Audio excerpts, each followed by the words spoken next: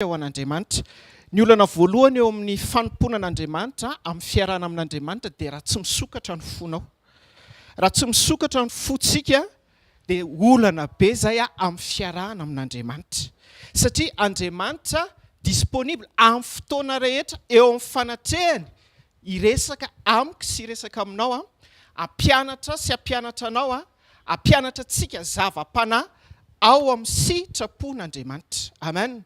Indraindray tsika rehefa mifo maraina dia misokatra ho amin'ny zavatra hita maso ny fontsika. Kanefa ny fanjakan'Andriamanitra hozy izy Jesosy dia tsy avy amin'ny zavatra hitan'ny masonareo. Fa ny fanjakan'Andriamanitra dia avy eo amin'ny tontolo tsy hitan'ny masonareo. Dia sarotra be le hoe mitonga dia hoe hiaraka amin'Andriamanitra, hanompo an'Andriamanitra, raha tsy misokatra ho amin'ilay tontolo tsy hitan'ny maso aloha ny fontsika sy ny fisainantsika sy ny fijerintsika, mba hahafahantsika mifantoka manompo an'Andriamanitra amin'izay mapety an'Andriamanitra fa tsy izay mapety atsika. Amen. Be dia be amin'ny olona rehefa mifo izy maraina dia efa manana lista izy. Alléluia. Ohatranay izao androany tonga dia efa début de semaine dia efa course be ny anay androany fotsiny zao maraina zao fotsiny dia efa course. Misy surprise be dia be eny an-dalana eny koa izay tsy ao anatin'ny lista. Faut préparer anao. Fa zao ny zavatra rehetra nefa dia baikona avy eo amin'ny tontolo ny tsy hitan'ny maso fa tsy avy eo amin'ny tontolo hitan'ny masontsika. Ary izay no mahatonga antsika tsy hoentin'ny zavatra ilaintsika makeo anatrehan'Andriamanitra fa hoentin'ny zavatra takian'Andriamanitra amintsika ho eo anatrehan'Andriamanitra. Amen. Misy zavatra ilain'Andriamanitra amintsika ary ny fahafantarantsika sy ny fahatakarantsika an'izay mametraka an'izay isan'andro dia fa eo no manomboka ny ady. Teneno akaikinao eo no manomboka ny ady hoe. Ny ady hoe dia manomboka eo amin'ny fanokafanao ny fonao ho an'Andriamanitra. Rehefa hoe manokatra fo zany tsika ho an'Andriamanitra dia vonintsika hanaraka an'Andriamanitra, hanompo an'Andriamanitra, ho tarihan'Andriamanitra. Fa tsy hoe rehefa manokatra fo tsika dia hitondra an'Andriamanitra na hitarika an'Andriamanitra. Raha vao izay ilay izy dia tsy ho tanteraka mihitsy ny fitsaranao. Isika tonga eto ambony tany ity dia mitady fiadanana sy fitsarana daholy. Ny zavatra rehetrarehetra misy manerana an'izao tontolo izao dia mitady fiadanana. Amen. Misy ny gera dia mitady fiadanana ny olona. Amin'i fa izay mila fiadanana fa izay mila miasa. Dia izy Jesosy hoe nefa tsy izay hozy izy ilay fiadanana omeko anareo. Tsy hoe tsy miantso ny Ukraine sy Russia, tsy izay ilay fiadanana.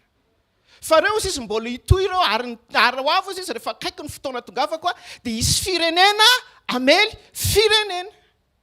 Donc izany tsy hakintsika amin'ny zavatra hitan'ny masontsika sy renesin'ny sofintsika ny fiadanantsika. Fa tsy maintsy tsika manokatra tontolo tsy eto amin'izao tontolo hitan'ny masontsika izao izay ao amin'ny fanatrehan'Andriamanitra na hitantsika azy. Dia izay no tena important. Androany izao ianao mety mitady fanasitranana satria sekolim-panasitranana antsika dia disponible ilay fanasitranana androany. Kanefa ilay fotsy any amin'ilay fanasitranana satria tsy ny fanasitrananao ny garantirany ny fitsaranao satria raha tsy manana fiombonana amin'Andriamanitra ianao dia ny fahasalamanao indray hitondra anao any amin'ny fahadalana. Alléluia. Lasa mitondra antsika any amin'ny fahadalana ny fahasalamana omen'Andriamanitra antsika.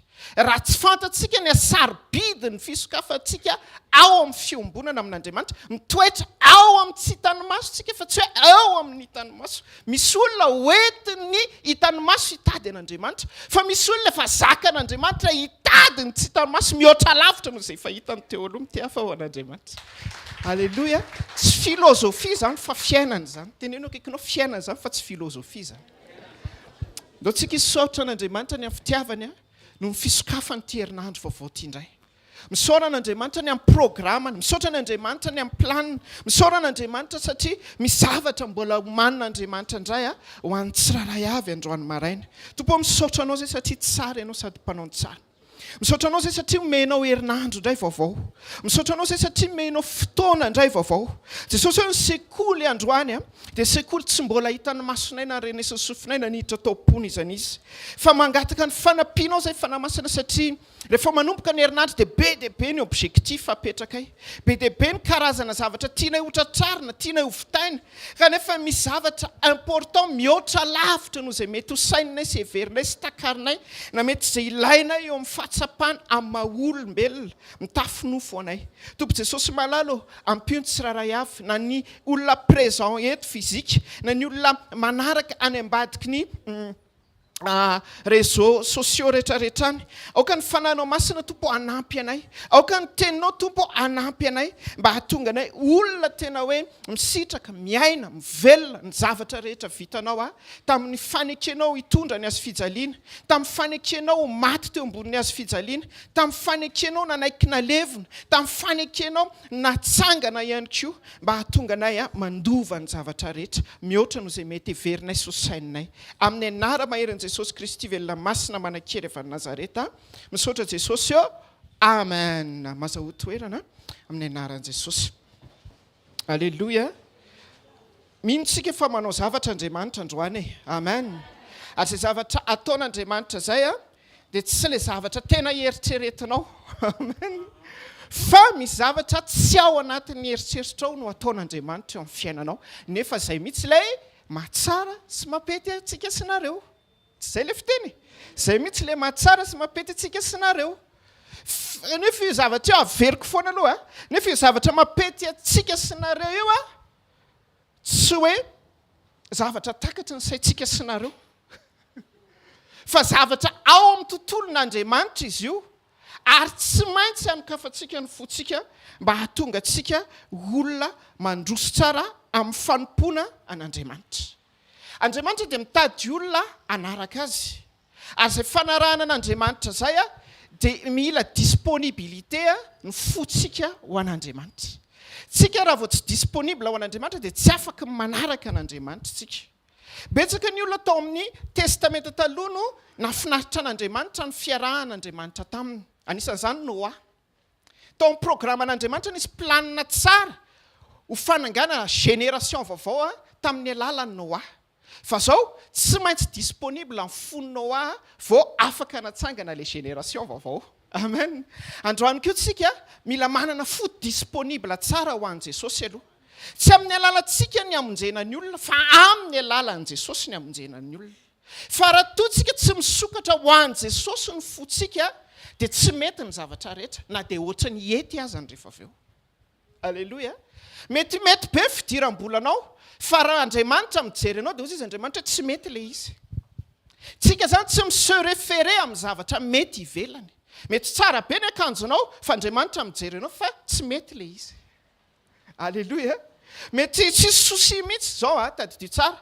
Na misy vola eo tananao na tsisy vola eo tananao dia mitovy zany eo mason'Andriamanitra. Fa raha ohatra misy fiombonana amin'Andriamanitra ao anatintsika tsiraray avy ka misy vola eo am-pelantananao, tsisy vola ataontsika tsara fiombonana amin'Andriamanitra ianao nefa tsisy vola, tsisy fahasalamana eo amin'ny fiainanao, dia izay tsara lavitra amin'Andriamanitra noho ny olona salama sy manam-bola nefa tsy manana fiombonana amin'Andriamanitra. Alleluia. Zay ny tsara lavitra, zay no mahatonga antsika tsy avela ny tenin'Andriamanitra hijery ivelany na hitsara ivelany. Alleluia. Ny olona tena manana fiombonana amin'i Jesosy dia mora ho azy ny tsy mitsara ivelany sy mijery ivelany na mamaritra ny fiainany amin'ny zavatra misy na amin'ny zavatra tsy misy. Ny force amin'ny prièrenao tsy hoe ianao miteny dia mivavaka dia mahalala tenin'Andriamanitra, fa ny force amin'ny prièrenao dia miafinao ambadiky ny fahatsarany fiombonanao amin'i Jesosy aloha. Zay vao mivavaha. Tenenao akaikinao, regleo aloha le fiombonana vao mivavaka hoe. Fa ndraindray tsika mivavaka tsy ampy fiombonana. Eo no mipetraka ny ady. Zay no antsoina hoe combat de la foi na hoe adin'ny finoana. Ny adin'ny finoana zany dia fametrahana ny fiombonantsika amin'i Jesosy aloha. Fa tsy hoe ny adin'ny finoana dia hoe mety ho asakio rehefa avy eo. Tsy any amin'le solution ny important aloha, tsy any amin'le zavatra ivelany ho solutionena. Fa le solution mihitsy aloha no ilaitsika dia Jesosy, le fiombonana. Jesosy fiombonana aloha no ilaitsika. Misy fotoana zavatra mba fizarako amin'ny pasteur sasany matetika rehefa tena miresaka dia hoe manina ho aza misy fotoana mikatotrano mivavaka. Satria tsika ampianarina miditra ao anatin'ny endroit secret. Mity eo amin'ny tranonao fa nisy fotoana nanandrana niditao amin'ny efitranonay fa mivoaka avao zany super vol numéro 1 amin'ny fakisitinana. Zany numéro 1 tao ohatranay fakisitinana mivady aman-janako tsy mitokana fa zareo indray tsy kizitina lavitra no za satria tsy fitokanana le izy fa fiombonana le izy tsy fitokanana le izy fa fiombonana le izy ianao zany raha miditra amin'ny endroit secret dia misy zavatra amboarina ao anatinao fa tsy mamaky tenin'Andriamanitra ny ataonao tsy mamaky tenina religion izy raha vao zay tsy mamaky tenin'Andriamanitra ny ataonao ao fa misy tenin'Andriamanitra mamolavola mamboatra ny ao anatinao mba hahatonga ny votsara ho ivoaka avy ao anatinao zay ny alalana fa niona tamin'i Jesosy ianao rehefa tsara amin'izay fiombonanao tao amin'ny endroit secret ianao dia lasa maninona lasa tsy kizitina ianao miresaka amin'ny akohona anao amen dia tsy maintsy tsika miditra ao anatin'izay processus zay raha vao miala amin'izay processus ary izay processus zay tsy hoe fahazarana fa mila fanombona nofo isan'andro zay mila fampanekena ny priorité eo amin'ny fiainantsika zany inona ny zavatra voaloha laharana eo amin'ny fiainantsika alleluia ny anay zao rehefa mifo maraina amin'izao situation misy anay zao miova mihitsy ny rythme-nay tena miova be ny rythme-nay dia tsy maintsy ao anatin'izay ianao no mianatra miombona amin'Andriamanitra amen amin'ny maraina raisa rythme-nay fotsiny a zay efa mianaka zanakay mianatra TP-foloany anankiray ny anankiray ny Ambatobe samy miditra amin'ny fito sasany le anankiray 4 ans le anankiray 13 ans fa rehefa foazina zalahy maraina dia misatra izy foazinao eo le kely tonga dia aminao je veux pas aller à l'école aujourd'hui je suis fatigué ozy izy nefa ianao zany manana obligation hanenjika sekoly eto a manana obligation ampiditra azy any ampianarana manana obligation anao ny anay tobila alohan'ny miala maraina tsy maintsy tapohana rano zany rehetrarehetra zany nefa raha vao tsy voafehy zany rehetrarehetra zany a dia misy problème en journée anao kanefa tsy zay ny important nefa tsy zay ny important fa zany nefa tsy maintsy mandeha zany koa tsy azontsika elana tsy ampy communion dia tsy nitapohako rano le tomobile fa avy eo amin'ny fiombonako amin'Andriamanitra no anaovako ny zavatra rehetra mba hapety ny zavatra rehetra araka izay takian'Andriamanitra sy hampahazo aina n'Andriamanitra atao anatiko alleluia zay mahatsara ny ohatry hoe memafy le rythme ny fiainana aloha hiakatra ny économie fa hatsara ny fiombonanao amin'Andriamanitra io aloha hiakatra ny vidin'ny solika fa hatsara ny fiombonanao amin'Andriamanitra io tsika zany tsy mitovy amin'ny olona tsy nateraka indray tsy mitovy le olona nateraka indray sy ny tsy nateraka indray fa tena hoe ny zavatra rehetra dia miara-miasa asoa mba aniny ampandroso ny fiombonantsika ho an'izay tia an'Andriamanitra amen Jaona 5:10 fa raha tia anareo dia manino dia mitandrina ny tena zany hoe rehefa manomboka ianao miombona amin'Andriamanitra tia an'Andriamanitra dia tsy hoe zay le hoe tsy problème le aizina raha misy aizina ozy izy tamin'ny talata ny tenin'Andriamanitra zay na afatra nomeny Jesosy atsika raha misy aizina eo amin'ny fiainantsika tsy olana io raha misy ny fiombonana amin'Andriamanitra fa raha ohatra misy aizina eo amin'ny fiainantsika ka tsy eo le fiombonana amin'Andriamanitra fa mipanika ianao anatin'le aizina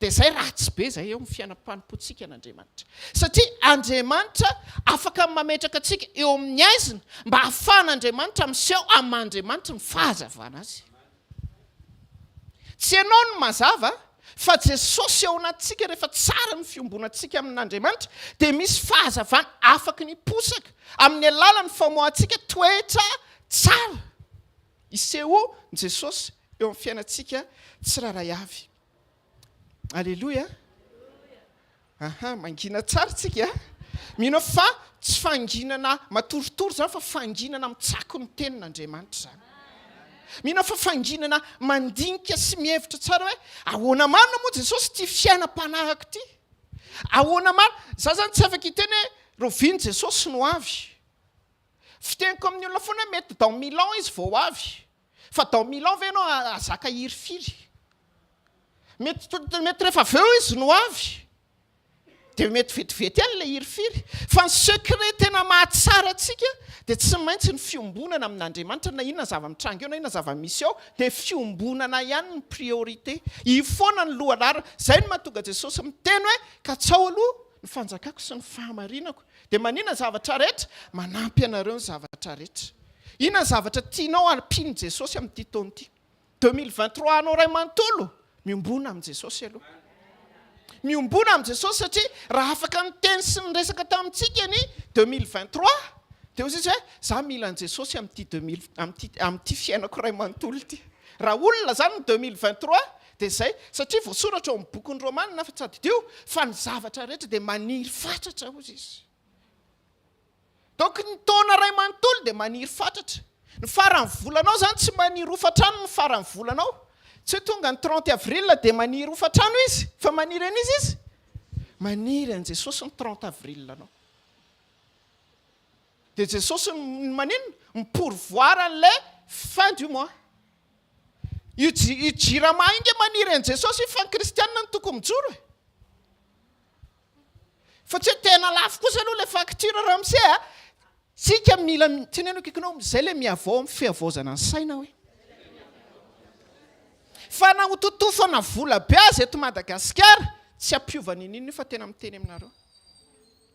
Zany ny secret an'i Daniel zany. Daniel rehefa mpandroso firenena, tsy ny zavatra hita ny netiny tao. Fa ny fifandraisany tsara lalina, mora tarihan'Andriamanitra, zakan'Andriamanitra, araka ny sitrapon'Andriamanitra sy izay teny efa nilazain'Andriamanitra. Inona ny teny lazain'i Jesosy taminao? Ny ampatonga izay hitranga eo amin'ny fiainanao dia fiombonana amin'i Jesosy. Fa tsy fahaizanao mandany fotoana mivavaka, tsy any aloha. Tsy any aloha fa vereny tsara aloha ilay voalohany. Fa izy no alpha sy omega. Tsika nga mamahay tsara an'izany. Ny alpha sy omega zany ny révélation zany tena efa plafond zany ny révélation eto. Ary raha vao tsy tsara ny fiombonana dia na ny sekoly aza mety ho zioga ho atsika ny makaty. Tadidio foana, zao foana ny tenako voamaly zao ny resaka tamin'ny vadiko. Dia zay mantsy vadiko hoe ohatran'ny somary misy zavatra jerenay zany dia tena mila miaina tsara ao amin'ny fiombonana satria ny mitahiry ny fitiavana voalohany dia tsy maintsy eo amin'ny communion. Aza manao effort be zany hoe hitahiry ny fitiavana voalohany. Fa mitadiava ny fiombonana amin'Andriamanitra. Fa ny asa fanompoana nge izay aloha tamin'ny voananompo voalohany alleloia. Tena nafanafo an'Andriamanitra. Fa teny an-dalana rehefa tsy ampy ilay fahalalana, rehefa tsy nisokatra ny masom-panahy, rehefa tsy tsara fiombonana amin'Andriamanitra dia matimaty sy mangatsiaka ihany. Dia miverina foana ilay teny amin'ny apokalypsy miverena amin'ny fitiavana voalohany. Fa ny fiverenantsika tsara amin'i Jesosy, ny fahatsika tena hoe mametraka tsara ny fiarahantsika amin'Andriamanitra, mba hahatonga an'Andriamanitra ahazaka tsara ny fiainam-panompontsika, dia izao tsy maintsy miainga ao amin'ny fiombonana amin'i Jesosy aloha ilay izy. Ny olona ratsy fiombonana amin'i Jesosy tsy ho zaka ny sitrapon'Andriamanitra mihitsy. Fa izay ilay tenentsika hoe vesara pahotana na hoe vesara nota. Ny olona tsy tsara fiombonana amin'Andriamanitra. Tadidio tsara fa mandroso ny fotoana, ny asa fanompoana mandroso. Tsika zao eto amin'ny ivon'ny hvkl-mission be dia be ny zavatra. Za zao 6 ans ny ala teto fa tsy maraka zavatra be dia be mihitsy noho ny évolution zava-misy teto. Ianko fotsiny misy ho ny radio ianko fotsiny nahazo tanitsika ianko fotsiny mila manao centre tsika ianko fotsiny misy radio ny Tsirabe, misy radio eto Antananarivo, misy radio ny Majunga. Zany évolution zany tamin'izaho teto tsisy zany, ny tamin'ny Majunga nisy. Fa io tany io tsy nisy zany. Fa zao tsika izay ilay mahatonga tsika hoe tsy miresaka ny zavatra hitintsika fa miditra ao amin'ny tontolo ny tsy hitintsika. Tsika zany eto tsy mampianatra, zay tsy mahatonga tsika tsy mianatra te mamafazo. Tsy mianatra tsy ampianarana tsika miinvestir eto. Raha hianatra an'izany hozy izy dady izay dia aiza mandeha any Ankatso, mandeha any amin'ny SKE fa any misy an'izany. Alleluia. Fa eto tsy mianatra miinvestira vola eto. Fa mianatra miinvestira communion eto. Mianatra miinvestira fiombonana amin'i Jesosy. Ny fotoanantsika dia tsy misy tsika tsy mianatra an'izany hoe dia manao placement zany, tsy mianatra placement tsika eto. Tsy mianatra placement bancaire tsika eto. Tsy mianatra mathématique financière tsika eto. Tsy mianatra maths tsika eto. Tsy mianatra mathématique bancaire tsika eto. fa mianatra fiombonana amin'Andriamanitra. Satria ny zavatra rehetra dia miandry an' Jesosy. Ny bankinao inge miandry an' Jesosy. Fenao miasa saina hoe anao versement. Tsy versement ny andrasan'ny compte bancaire anao fa Jesosy. Zay no mahatonga antsika tsy atsika ny zavatra rehetra fa nisy an' Jesosy ny zavatra rehetra. Rehefa haitsika avy eo amin'ny fiombonana no mametraka an'izay, ary zany tsy azo forcenao anatin'ny loha an' Jesosy ny zavatra rehetra. Fa avy eo amin'ny fiombonana zany no mora ekentsika. Avy eo amin'ny fiombonantsika amin'i Jesosy zany no mora ekentsika. Fa tsika tsy mpanao yoga, tsika tsy mpanao spiritisme, tsika tsy mpamerimberina teny. Mba hidiran'izany eo anatin'ny loha, non.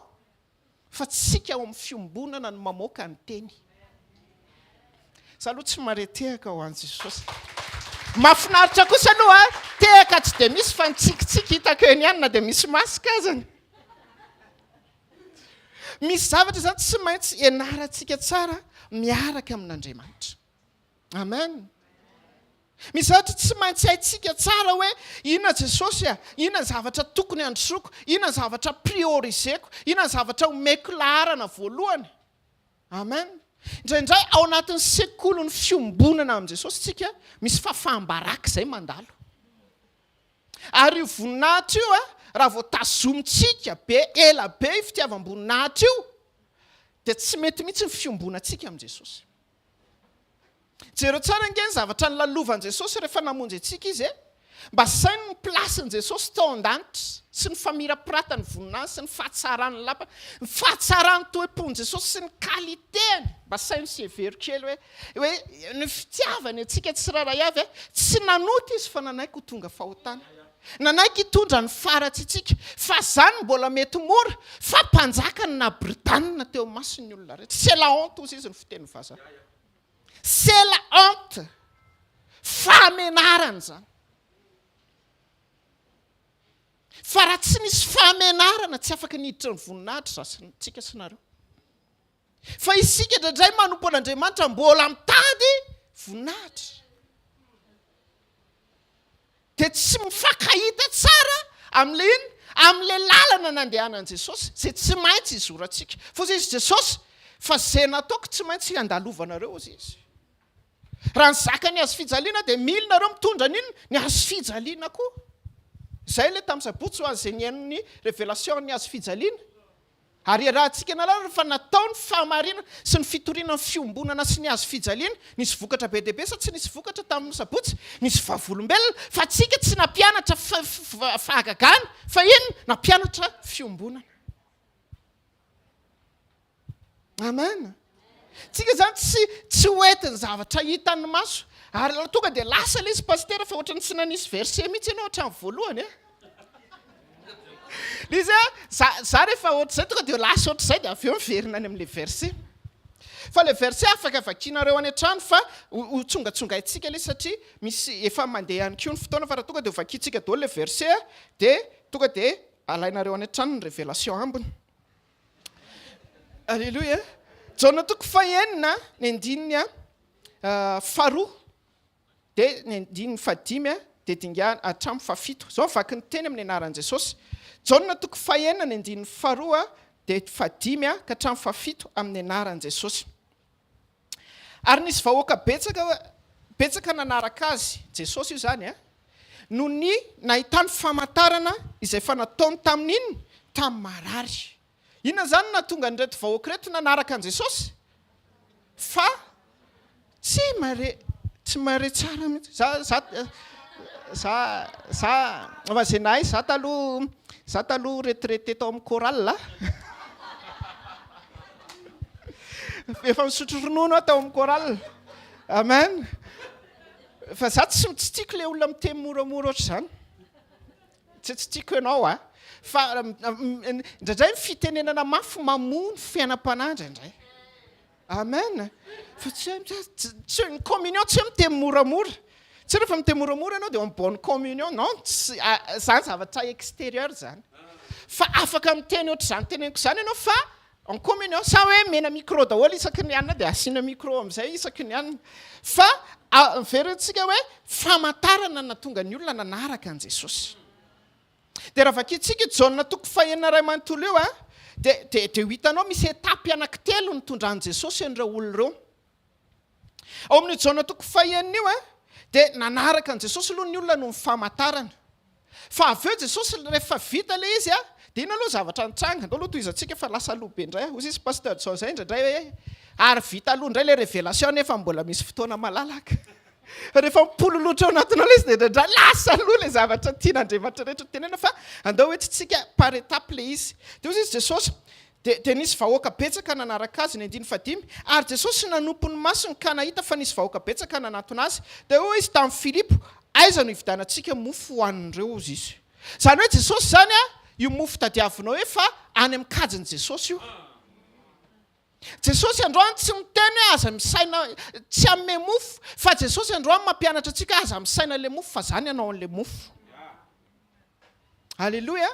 Zay zao androany maraina tena io révélation tonga dia testa ho anay androany maraina. Ao amin'ny fianaran'le zanako kely mitondra isan'andro mitondra goûter zany dia misy torona goûter dia toronay androany mitondra goûter. Dia goûter nentinay zany androany efa misy lista avoakan'ny zareo dia manao choix fotsiny parent dia manisy anarana arakarak'izay tianao entiny. Dia nenay androany ny goûter zany mofo dipaina chocolat. Zay zany ny goûter an'ny zareo androany zao maraina zao. Dia mofo dipaina chocolat. Fa omaly zany zay efa miplanifie tsara hoe tsy mahazo tara amin'ny sekoly za manao partage androany dia efa planifiena tsara ny zavatra rehetra. Dia misy boulangerie ao akaikinay. Dia efa nanontaniana ilay izy omaly tamin'ny 12 ngambany. Maly tamin'ny 12 dia nitenena misy amfiry misy mofo fa mila alaina. Mofo voalohany zany io alaina io. Dia hoe amin'ny enina ve fa misy mofo dia hoe okey fa misy mofo eo amin'ny enina. Halleluja. Dia lasa zany maraina dia efa tonga amin'ny enina latsaka kely dia efa présent eo devant boulangerie. Dia izy le olona amin'ny enina sasany vao misy mofo. Dia izy hoe soa ianao Jesosy fa efa niteny mialoha fa ny mpianatra ny vahoaka nanaraka anao noho ny amin'ny mofo. Hitanareo ny teny izay omen'Andriamanitra antsika dia teny efa nomanana Andriamanitra antsika amin'ny journée fa tsika tsy mahazo manao fahazarana fa mila tsara fiombonana amin'Andriamanitra. Tony ianao tsy manome tsiny bo amin'ny enina zany fa tsy mitsara tsy mahazo mitsara. Tsy mahazo manameloka. Raha amin'ny fahamarinana zany dia mahazo manao vavakely tsy sérieux nareo. Vavakely fotsiny mahafaka an'le fo io. Rehefa nao sekoly lahy rehefa avy eo. Dia zao aloha ialahy nao sekoly aloha dia aza zaraina le teny raha tsy voazatoetra aloha. Aza zaraina aloha le teny raha tsy niaina ny lahy. Tanareo rehefa mifantoka amin'ny fiombonana ianao na ataon'iza elazany tsy problème zany. Efa tsara ny fiombonanao dia amin'ny enina sasany dia raha sa zany amin'ny enina sasany dia tara satria hiala avy any ambato be ny embouteillage miakatra vato tsakaviroty rehefa taratara. Dia somary tena tsara miraikitra. Dia izy vatika andao azany ozy izy fa ary tsakaviro ry misy anankiray ohatra ity. Tonga teo tsakaviro zay amin'ny enina sasany latsaka eo fa nitovy le izy fa zao vao mafaly efa nisy mofo voahomana tao dia afa ho an'Andriamanitra. Tanareo tsy maintsy ianao zany manana ny kajinao fa Andriamanitra manana ny kajika tsy ambato be fa ny tsakaviro ny rendez-vous. Ny mofo efa voahomana fa ny fiombonana gardeo. Ny mofo efa voahomana fa ny fiombonana gardeo. Tsy mofo ny problème fa fiombonana ny point d'interrogation. Amen. Dia sava dia voavidy ny mofo. Halleluja. Sambasambany mba tonga aloha bonheur teto mbola tsy nanomboka sekoly dia zany efa teto bonheur. Tonga tetsy indray ianao tsisy parking hony. Tsisy indray le mpanao parking nao. Dia eo indray aloha zany dia am'firy zany raha miseny tonga dia eo amin'ny am'fito sy fefany eo. Dia niandry le mpanao parking teo indray aloha. Fa zao mofo ve sa fiombonana? Satria le parking mbola ao anatin'ny mofo.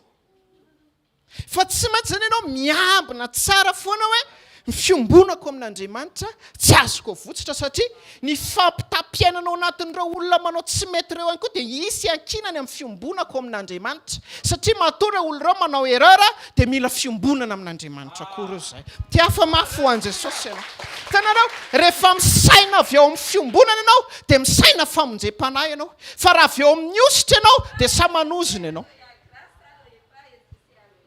Samy teny ianao dia tsy calculentsika tsony ny vavantsika nefa indraindray mandratra fon'olona.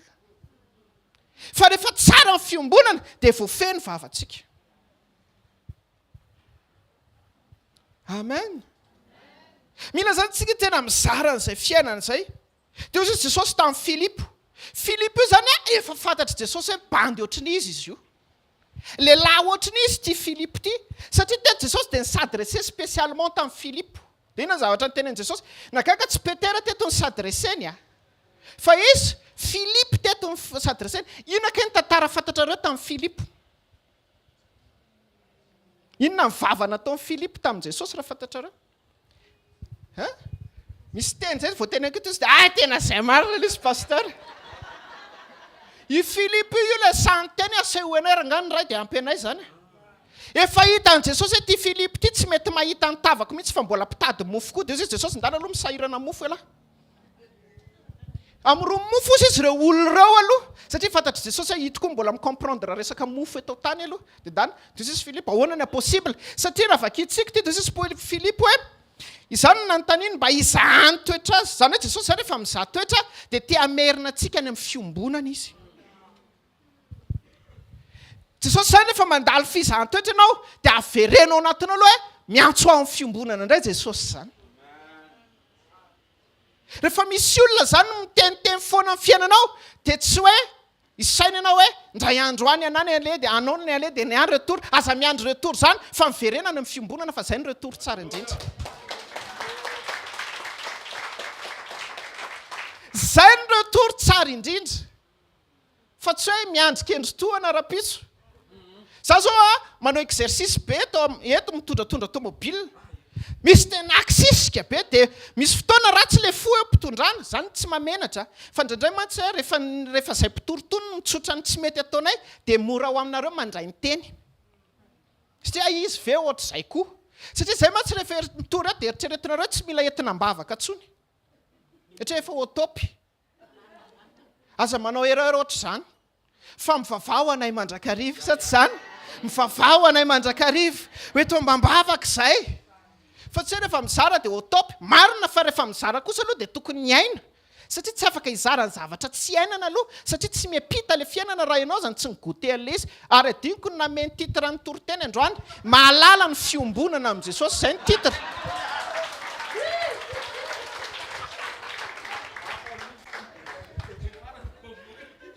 Oui dika zany tsy any amin'ny voalohany manaraka fa aty ampivoambony dia efa mbola concentré.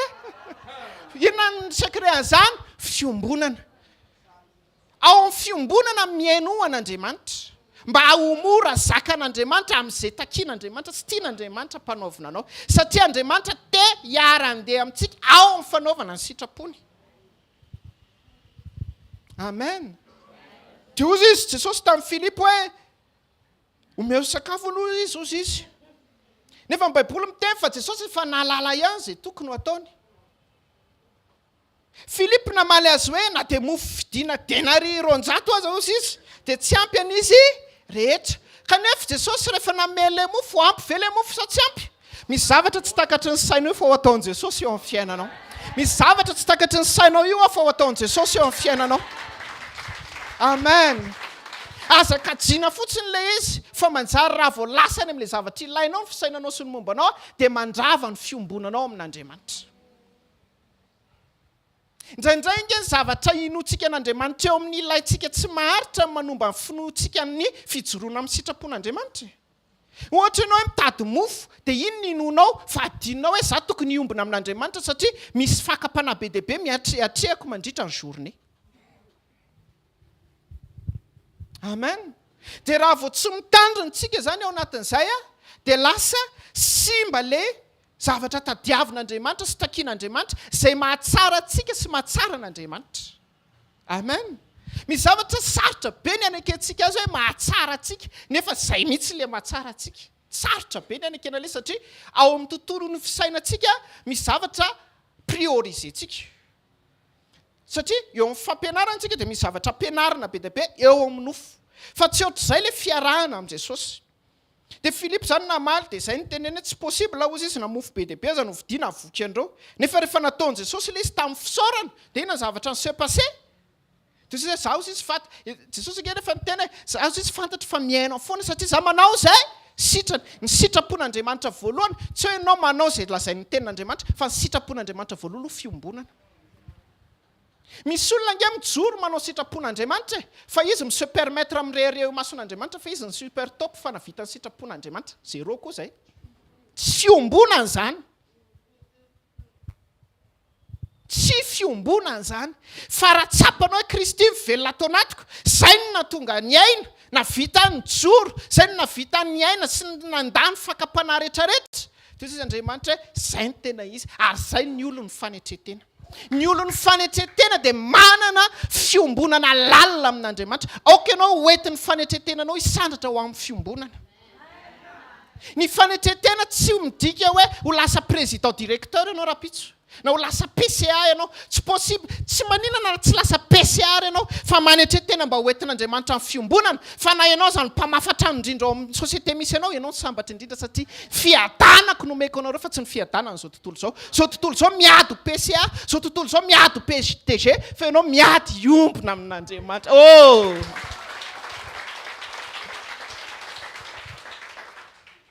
Amen. Zany programman'Andriamanitra ary zany projet zany tiany devoly sy ny fiainana ho fafana, tiany zava-misy ho fafana. I compte bancaire anao nge tiany devoly ampiasaina hitenenana zavatra hafa.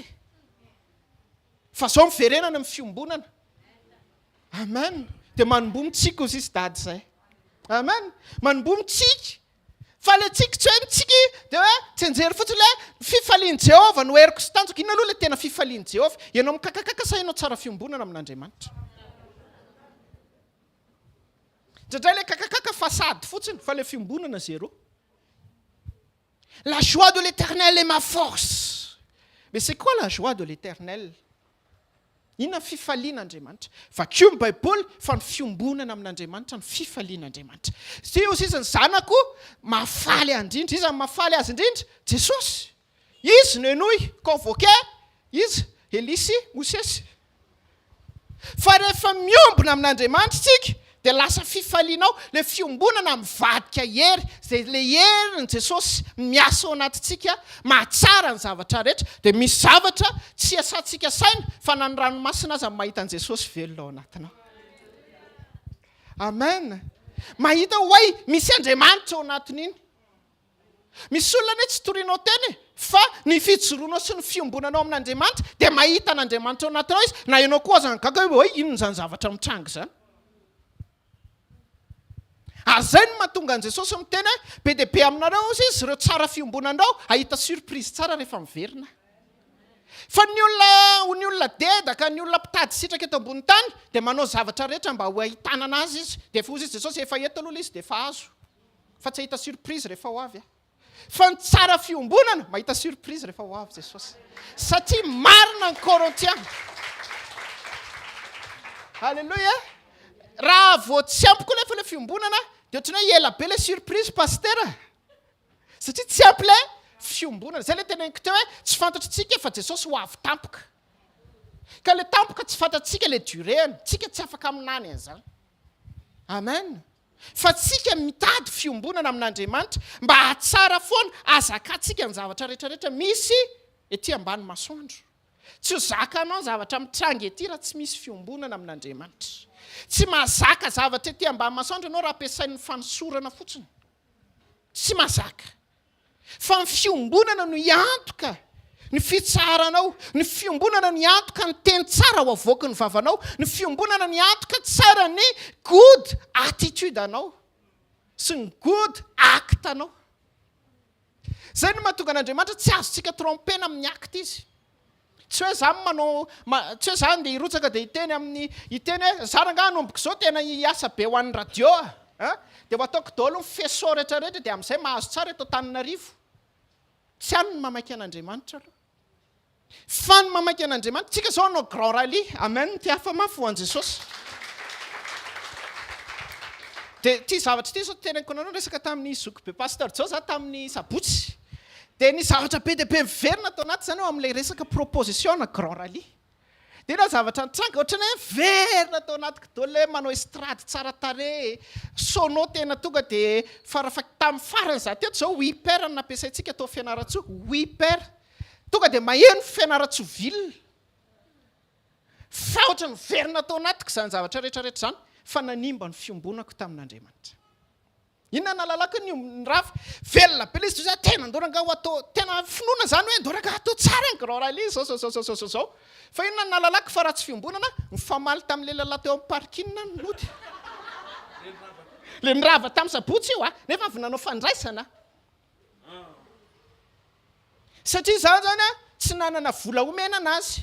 Satria zany misy le côte kely mbola en plus le borne le rodateur. Mbola mena ny lehilahy ohatrany hoe any dia zay le eto amin'ny tanàna e. Alleluia. Dia zany nefa ne ohatrany hoe za zany efa mba ampehitetsy kosa raha ngafa tsy manana omena aloha dia amin'ity mba zaka ao zany hoe za zany miandry anazy zakana nefa ny sitrapon'Andriamanitra zany tokony miaritra ho azy. Tanareo raha vao tsy mitandrina tsika fa maika ao amin'ny asan'Andriamanitra ivelany dia manimba fiombonana koa zany. Dia tena nanaova ny vava. Dia ozy izy ianao ary ozy izy tokony efa saika sazindry zalahy. Dia zay ny tena tsy tatiko hoe saziana ahoana. Satria ho ny nangalatra 2 place. Nefa ny anao izay azahoana an'ilay ao am-paosiko izy nefa za aline tsara tamin'ny tômôbilina alohany hipetrako teo fa tsy hoe za rery ny tonga voalohany teo fa nisy tômôbilina tao amin'ny gaucheko. Tato amin'ny gaucheko. Dia zay tena ianao izy tena efa saika sazindry zalahy. Dia za hoe zao tonga dia le vavaka jereo tsara le faratsipo rehefa tsy mitandrina tsika ary maika amin'ny zavatra ivelany. Za tsy hoe nandamy fotoana tamin'ny zavatra tsy izy fa ny saina ny grand rally sady fa Andriamanitra ny avertirana hoe tandremo fa ny zavatra aza amin'ny saina ny lasa fa nao zava-baovao tamin'ireny ianao onction fa zao communion fa to tsara aloha amin'ny communion fa tsy maika amin'ny zavatra ivelany. Tanareo le izy misy ny lesona teneno akaikinao meteza mora mandray lesona hoe. Zany zao raha mihaino dia ohatrany hoe fa manina koa ry pasteur manala baraka tena tsy manala baraka tena fa te hizara fiainana aminareo. Te hizara fiainana fa tsy manala baraka tena. Fa asakasaka reo izay hitsarana. Fa ny fitiavako dia hoe ndao zaraina zany mba ho amin'ny mpiara-manompo. Ajanona aloha le asa be fa ataovy tsara le fiombonana fa mety io rehefa avy. Tena ohatrany indray zay tena koa indray misy honte fa tsy maintsy joroana le famenarana hoe io ary fa alaim-baraka fa zao ny ao am-ponao tena hoe ndao rangahy hizara fiainana, ndao rangahy hifampandroso, ndao rangahy karakaraina ny grand rally fiombonana fa tsy onction aloha. Ka ho antsika izay hiomana grand rally ataovy tsara aloha préparation fiombonana. Satria ny tanjontsika dia zao tsy ny hvkl-mission hatramin'ny zavatra ivelany fa Jesosy ho tonga ao am-pony mahajanga. Tanjontsika dia zany tsy no meilleur eto ambonin'ny tany. Aloha tsy meilleur fa aloha Jesosy ihany meilleur. Rehefa velona ao anatiko Jesosy dia meilleur ho azy ny zavatra rehetrarehetra. Ankasitran'Andriamanitra ny zavatra rehetra. Amen. Mila zantsika tena prioriser izay tena mety amin'Andriamanitra tsara. Tsy manao ohatra ny Filipo miasa saina. Dia ozy izy Filipo any amin'ny Jaona toko 4:9. Jaona toko 4:9 ny 9. Amin'ny anaran'i Jesosy.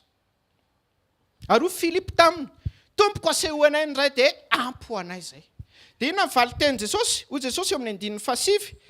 Izay ely izay ve nitoerako teo aminareo ka tsy mbola fantatrareo ihany fa ao ry Filipo ozy izy Jesosy. Hitanareo? Na Filipo zany mbola tsy nalala ny Jesosy fa mbola nitovy tamin'ilay olona nitady mofo dipaina ihany Filipo. Zay le hoe ny apôstôly na dia teo aza ka rehefa nanana fahazarana niaraka tamin'i Jesosy dia tsy nisokatra. Dia ozy Jesosy hoe tsy fantatrao ve za ry Filipo? Rehefa vakino io Jaona toko 5 dia ozy teo hoe misy etape telo izy io. Ny etape voalohany Jesosy nanome mofo an'ilay olona nanaraka azy niondrana tsambo kely. Dia ny olona ny apitso nanantenan'i Jesosy ohatrany hoe androany zany Jesosy nanome mofo. Dia raha apitso misy sekoly eto. Alleluia. Misy sekoly eto raha apitso tandreo so adinonareo aloha. Misy sekoly eto raha apitso. Fa Jesosy zany androany nanome mofo fa raha apitso izy tsy hanome mofo tsony. Dia ozy izy Jesosy hoe za tsy hoany amin'ilay sekoly raha apitso izy. vakio le tantara ao fa tsy niondrana tsambo kely tsony izy satria fantany tao am-pon'ny olona fa mbola hitady mofo ivelany ihany. Jesosy tsy zay le izy. Ary Jesosy rehefa nizarany mofo eo raha vakitsika le jaona toko fahina teo dia saika nataon'ny olona mpanjaka Jesosy après. Sa tsy zany? Madagasikara zao iza ny olona dia daviny Madagasikara hitondra eto zay mavita manao mofo, mavita manao lalana, mavita manao ina, mavita manao EPP, mavita manao projet, mavita manao SSB2, za afaka manao raha zany efa ananako le planiny. Efa fantapatatra le izy. Alléluia. Za zao raha za président efa fantatra inona ny zavatra ao amboarina, ny administration eto. Efa fantatra inona avy secret tokony ho karakaraina eto. Réseau, resaka informatique. Efa fantatra inona ny solution ny alabato. Inona ny solution karapanondro roa. Efa fantatra zany, fa tsy zany ny mamaika efa fiombonana amin'ny mamaika. Teneno akaikinao, hitanao efa misy zavatra oatra mety be jerenao ivelany fa tsy zay le important.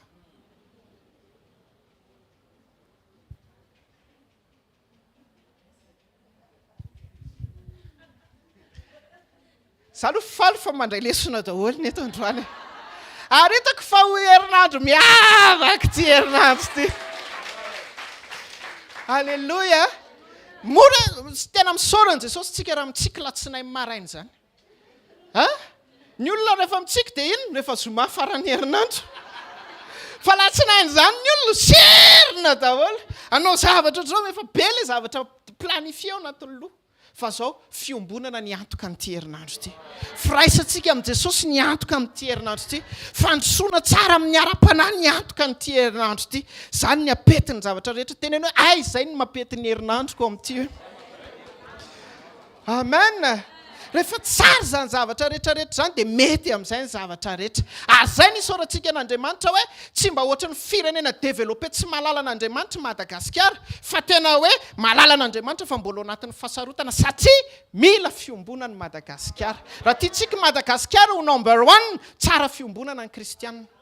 Tsy ampiasain'Andriamanitra ny kristianina fa tsara fiombonana ny kristianina. Tsy any amin'ny fampiasana moa no mamaika antsika eo. Fa iza mamaika antsika miombona amin'Andriamanitra. Tsy any amin'ny miracle moa mamaika antsika eo. Tsy ho any amin'ny milliardaire moa mamaika antsika eo. Tsy ho any amin'ny mpampisambotra moa mamaika antsika eo. Fa iza mamaika antsika any amin'ny fiombonana ny mamaika antsika. Te hafa mafy ho an Jesosy. Dia miadiva ny ady tsara ny finoana. Izy Paoly izay izy miady tsara ny ady finoana. Ny ady tsara ny ady finoana izy dia tahaka ny miaramila tsy mampifandringotra ny ainy amin'izao tontolo izao. Fa miaramila rehefa tsoina hoe go dia tsy misaina mivady aman-jana amin'ny par sentiment ntsony izy any tam-piadiana. Fa raha vao zay no entiny any dia voatifitra izy. Satria eo ampitifirana amin'ny favalinao ianao misaina ny zanako tampoka dia mitanaka ianao.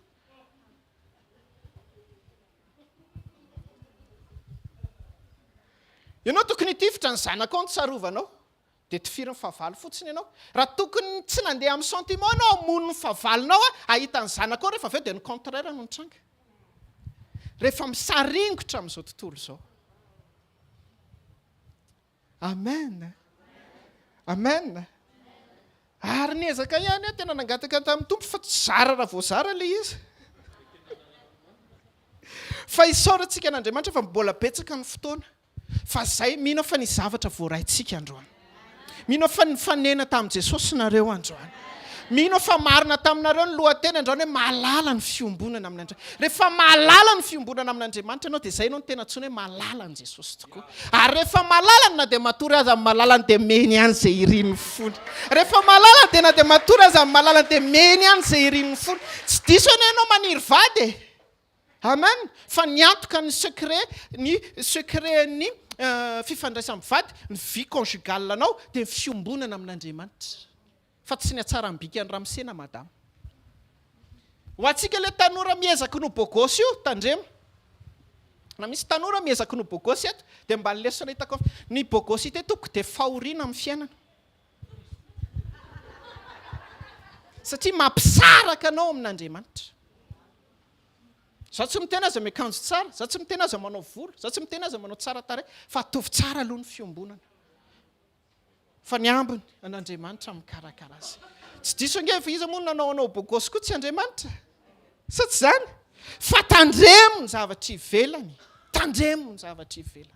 zay le hoe raha mitombo moa ny arenao dia maninona ahoana ozy izy sekoly tamin'ny jeudi tamin'ny mercredi aza nakinana ny fonao ozy izy aza velanovanao ny vola eo apela tananao mitovy ihany ange ny fanefenan'ny olona manam-bola sy ny tsy manam-bola mitovy fa ny isany fotsiny tsy mitovy sy pasteur jao zay tsy mitovy le isany fa ny olona manam-bola ampianarin'Andriamanitra tsy mahita fitsarana anatin'ny fananam-bola ny olona tsy manam-bola ampianarin'Andriamanitra tsy mahita fitsarana amin'ny tsy fananam-bola mitovy ihany zany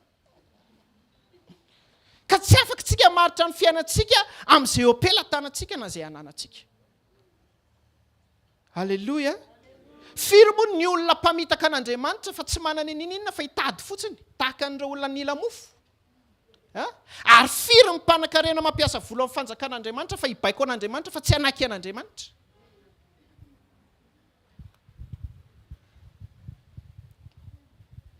amen tsy maintsy tsika mametraka an' Jesosy ho tompo sy mpamonjy ny fiainantsika mba hiazona antsika ny famonjena hatramin'ny farany dao tsika hitsangana dia hisaotra an'Andriamanitra ny amin'ny teny halleloia ho fafaintanantsika dia misaora an'Andriamanitra tompo misaotranao zay ny amin'ny teny misaotranao zay ny amin'ny fanambarana misaotra ny amin'ny famanginao ny amin'ny fitarianao ny amin'ny fitondranao misaotra ny amin'ny révélation omenao Jesosy mba anananay fahalalana tsara anao ao amin'ny fiombonana fa tsy hoe mahalala anao amin'ny fahaiza-manaonao Jesosy amin'ny zavatra rehetra ilainay Jesosy hoe tianay ny fanasitranana eo amin'ny fiainanay fa tianay ny fanasitranana eo amin'ny fanahy eo amin'ny aina eo amin'ny fiombonana satria ianao ny tena ilainay Jesosy ianao ny tena mpanasitrana anay ianao ny fanasitrananao anay tsarovo ny ankonanay tsarovo ny vady aman-janakay tsarovo ny fiainam-panomponay tsarovo ny ministeranay tsarovo ty ministera natsanganao tamin'ny alalan'ny mpanomponao ty tsarovo ny fanompona rehetra amin'ny fampandehanana ny ireo zavatra nomenao anay ny radio ny fananganana ny centre ny fampandehanana ny croisade rehetrarehetra oka tompo atsarovanao amin'ny fiombonana izay ka amin'ny alalan'ny fiombonana ianao tena hiasany eo ny dingatra ny sakatra ny saina ao anatin'ity fiainam-panomponay ity mba ho tena vavolombelonao marina izay Jesosy mba fanay miteny tahaka ny apôstôly Paoly ny laza sy ny teny hoe tsatso ny velona fa Kristy ny velona atao anatiko izany teny izany tsy tenin'ny olona miavonavony izany fa izany teny izany tenin'ny olona nanombo ny nofony sy ny filany teo amin'ny hazo fijaliana niaraka taminao izany ary nanaiky nandray ny famonjena ka tonga sany teny hoe izay olona ao amin'ny Kristy dia olom-baovao izy fa efa lasa ny zavatra taloha tompo tsarovo ny tsiraray hafa tsarovo izay afaka tonga teto tsarovo koa ny tsy afaka tonga teto tsarovo izay manaraka rehetrarehetra amin'izao fotoana izao any amin'ny hainao manjery rehetrarehetra any mba hisehoany ny atsaranao mba hisehoany voninahitra alala marina Jesosy ny fiombonana aminao ary tena mihaona aminao marina amin'ny anara maherin'i Jesosy Kristy velona masina manan-kery avy Nazareta alleluia amen amin'ny anaran'i Jesosy amen mitia famafo an'Andriamanitra dia mangataka ny zoky be pasteur Jao metsitraka ny fotoana sy ny tsodrano araka ny fomba rehetra merci pasteur ndao tsika tiaka mafy tsara ho an'i Jesosy moa e mazotoana vetivety anao fanatitra ampifaliana ampitiavantsika izay manome ampifaliana cheerful giver zafady no ankasitrahan'Andriamanitra taovy misy fo misokatra foana aza vela izy vesatra ny message nomeny tompo antsika andro maraina aza maika karakarao tsara aloha ny communion rehefa tsara ny fiombonantsika amin'Andriamanitra afaky ny hiety ny journée ny semaine sy ny momba antsika rehetra zay le mahatonga ntsika tsy miazakazaka ny hoe araka ny tenen'ny pasteur teo tsy any amin'le hoe manaova be amin'le zavatra fa ataovy tsara fotsiny aloha ny toetra sy ny fo ary misy taona ny pasteur efa nilaza teto pasteur Rodolphe fa hoe raha tsy manan-katao fanatitra ianao tsy maninona zany fa ataovy azo antoka kosa fa nandray teny ianao mahakasika ny any anaty mba izy fiovana fa zay ny zava-dehibe alleluia zay mahatonga antsika rehefa any amin'ny rallye de miracle tsy maka fanatitra tsony fa le olona mandray an' Jesosy zay le teneny nampitenen'Andriamanitra ampanompony teo tsy hvkl mamiratra any Majunga satria 20e anniversaire do tsika iteka mafy tsara 20e anniversaire atsika fa tsy zay a fa Jesosy a hoaoam-pony mazanga tsy hoe ikarakara fotsiny ivelany hoe naratra sitra na ny nisy olana ny vatsy zay fa le olona mihitsy nandray an Jesosy ary tena ao am-pony le olona Jesosy ary miseho am'vokatra le izy a tsy manota miaina fiainam-pahamasinana manomana ny fiverenan Jesosy a mametraka an Jesosy ho centre tsy ampahorian'ny vola sy ny fitadiavam-bola hitanareo am'izay any am'le tena ilainy Jesosy mihitsy tainy tompontsika voalaza tanatin'ny teny teo daholo a raha isoara sena tsy naraka hatramin'ny voalohany ianao dia misy ny any amin'ny Facebook a aza atao ambanin-javatra ny fisian'ny teknôlôjia misokatra mba ahafahantsika tena mitaiza ny fiainam-panahintsika zay mahatonga ny teny milaza hoe mahasoa ny teny averina za zao misy teny a mahakasika ny blessing mahakasika ny bénédiction izy moa nangonoko anaty fichier anankiray daholo ny bénédiction somary base fototra mitondra ny fanompontsika resaka fitahiana resahako fa izaka mienatra misy lesona vaovao foa nefa lesona efa tamin'ny 2000 nanomboka tan confinement ay zany tsy andrenesana zava-baovao zay anao tsy mety mamerina meno an'le izy teo fa misy zavatra foana satria maninona ao anatin'iny Andriamanitra mbola afaka miteny foana ary tena miteny foana Andriamanitra ary manova ny any anatinao zay ny objectif atsika isika miova inona le izy hoe ya tsy maintsy miova ny toetranao tsy aritra zay fazafady halleloja tsy maintsy miova ny toetranao ny voalohany a Jesosy ny ilainao mity sady amin'ny slogan manaraka tsika tsy maintsy miova ny toetranao anakoako any anatinao any zany teny zany halleloja naty bus tonga dia tsy maintsy miova ny toetranao enao tena tsy maintsy aiza zany tsy maintsy miova halleloja dia mety io e tena akaikinao mety io e matoa tenenin'Andriamanitra hoe a zavatra azo atao le izy hoe zavatra azo iainana le izy hoe ny olona ka miova hoe a mahita an'le izy sarotra tsy hainao zany hoe ohatra misy miova mantsy ny fijeriny hoe tsy hainao zany ka halleloja possible ny fiovanao tena mahalalaka be mihitsy ny fahafan'Andriamanitra miasa manampy ianao amen tsy Andriamanitra mampangina anao fa misaina an'Andriamanitra ianao dia mangina fa tsy hoe tena tafatabataba tena tsy navelan'ny tompo angina aiza koa aza mifanilika ianao mila mafy eo way mihoatra izy zany way ohatr'izao izy zany halleloja dia hitahanao ny tompo amin'ny anaran'i Jesosy Sekoly rapitso dia anasana antsika mpitiavana foana jereo tsara zao ny tenenin'ny pasteur teo enitaonao izy ny tsy teto be dia be ny tsy arako vo midifo korrainao sady coefficient ambony le izy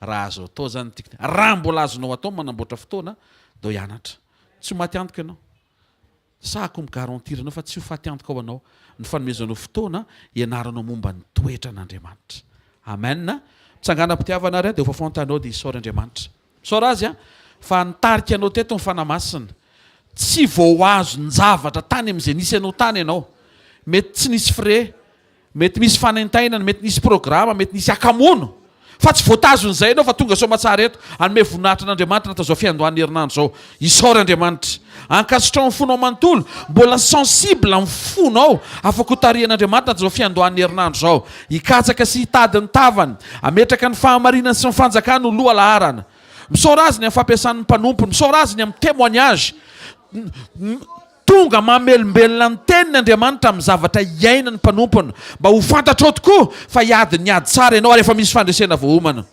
misaora azy ny amin'ny teny rehetra tao ny rappel tao ny révélation tao ny zavatra fanairana tao ny fantsiana ankasitrao amin'ny fonao manontolo Andriamanitra ho anao mihitsy le fotoanandroany ho atsika menakavo ho an'ireo olona zay manaraka sy mijery any amin'ny direct sy iain'ny rediffusion misaotra raha eo mankasitraka anao zay fa mpitantana mahatoky ianao mitondra ny fiainana amin'le tena mampety ianao tsy any amin'le kajinaina dia asainao manao planina ary zay fa miomanao amin'ny communion ho amin'ny planinao sy ny kajinao le tena tsara sy le tena mahasoa misaotra ray amin'ny anaran'i Jesosy hoe fa nivavaka ho an'ny zanakao mpanomponao teo ary efa misaotra sady zay misaotra fa efa mitsinjara ny anjara ho an'ny tsiraray avindrainao andro amin'ny maraina zay rehetra tonga teo mifanatrehanao dia nomenao, ho an'izay marary dia nisitranonao, ho an'izay kivikivy dia nampifalianao, ho an'izay nona dia nomenao mofo, ho an'ny Nikodemosy nametra-panontaniana nomenao valim-panontaniana, ho an'ireo rehetra izay tsy mahafantatra ny tokony ataony dia nampahafantarinao azy ny tokony ataony, ho an'ireo izay very destin dia naverindreo tao amin'ny antom-pisiny ilay olona, ho an'ireo izay miady sainany amin'ny hoaviny dia nampaherezinao izy satria ao aminao no avy tsara ho azy. Misaotra ray amin'ny anaran'i Jesosy fa tsara ho anay ny tontolo andro androany satria miombona aminao izay ary miambina izay mba hiombona aminao ary tsy avelanay izy hanelingelina ny fiombonanay aminao satria tianay ny miombona aminao. Misaotra sahady fa herinandro tsara ho anay zao herinandro sokafanao ho anay zao amin'ny anara maherin'i Jesosy Kristy velona masina sy manan-kery avy any Nazareta. Amen. Raisy nitsodrano izay tononona amin'ny anaran'ny Tompo ho tanteraka eo fiainantsika tsiraray avy. Ny fitiavan'Andriamanitra ray ny fahasoavan'i Jesosy Kristy Tompo ny fiombonana entiny fanamasina ho mariny eo amin'ny fiainanao. Ao anatin'ny fotoana androany amin'ny herinandro ity indrindra amin'ny androm-piainanao dia atsapy ianao fa tian'Andriamanitra ianao. Tsofina rano sy tononona ihany koa ny fisokafan'ny ao anatinao fa voaomana ao amin'i Jesosy ny maimaim-pona rehetra avy amin'izay niaretany sy nataony. Fahasoavan'Andriamanitra ny miaraka aminao, fahasoavan'Andriamanitra ny manodidina anao, famindrapon'Andriamanitra ny vaovao maraina ho anao. Tsy misy ifandraisany tamin'ny maraina sy tamin'ny alina sy tamin'ny week-end sy tamin'ny semaine ambony, hafa be ty semaine vaovao ty ho anao amin'ny anaran'i Jesosy Kristy avy Nazareta. Ary fanamasina mitondra communion ao anatinao ararotsy zany amin'ny anaran'i Jesosy Kristy avy Nazareta. Manonona fanasitrana amin'ny anaran'i Jesosy, manonona hery sy tanjaka sy faherezana amin'ny anaran'i Jesosy. Aokiseny voninahitr'Andriamanitra eo amin'ny fiainanao amin'ny anaran'i Jesosy Kristy avy Nazareta. Mahita fa hitombo zotom-po hivavaka ao anatinao. Arisika ianao hanokatra baiboly dia hamaky teny, handinika teny, hihinana ny teny, indrindra hampiatra ny teny. Mahita fa ho mazoto ianao hivavaka ho an'ny hafa amin'ny anaran'i Jesosy. Mahita fa ianao io dia ho fantsona tsara eo an-tanan'Andriamanitra satria fantsona tsara fanahy. Avy ireny hoe fantsona tsara fanahy hoe mpanompo tsara fanahy hoe zanak'Andriamanitra tsara fanahy hoe amin'ny anaran'i Jesosy. Zareo ny fahasoavanareo fa ny fahasoavan'Andriamanitra ny mato izao ary ny fahasoavan'Andriamanitra ny mato izao anareo. Amen. Tany tompo daholo.